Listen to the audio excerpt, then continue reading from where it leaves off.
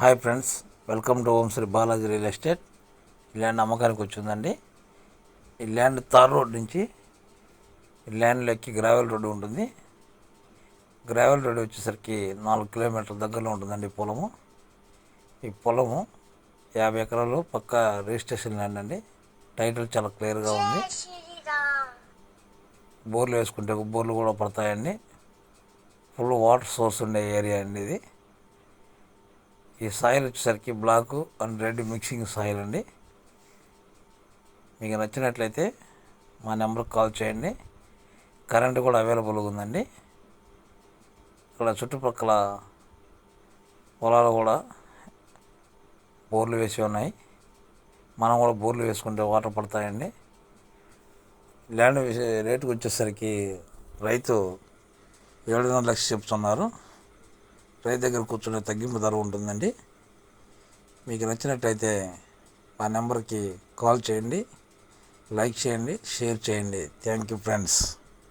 వినా వెంకటేశం ననాథో ననాథ సదా వెంకటేశం స్మరామి స్మరామి. హరే వెంకటేశ ప్రసీద ప్రసీద ప్రియం వెంకటేశ ప్రయచ్చ ప్రయచ్చ. వినా వెంకటేశం ననాథో ననాథ సదా వెంకటేశం స్మర.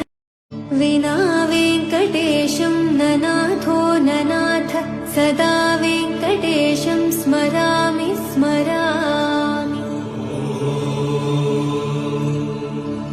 హరే వెంకటేశ ప్రసీద ప్రసీద ప్రియం వెంకటేశ ప్రయచ్చ ప్రయచ్చ.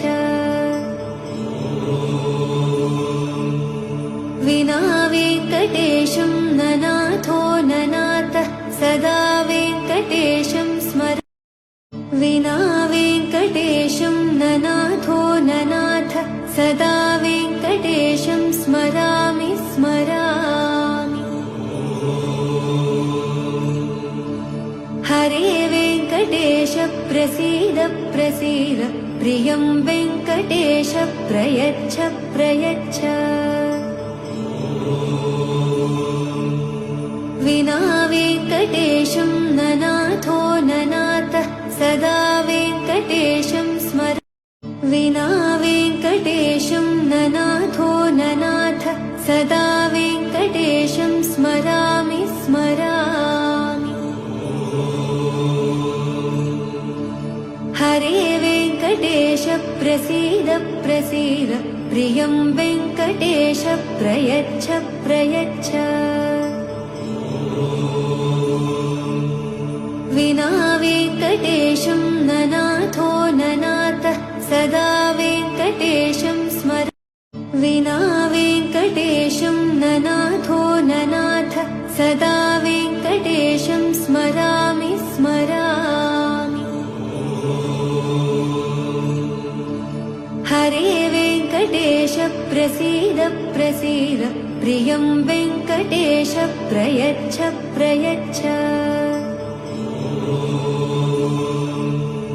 వినా వెంకటేశం ననాథో ననాథ సదా వెంకటేశం స్మర. వినా వెంకటేశం ననాథో ననాథ సదా వెంకటేశం స్మర.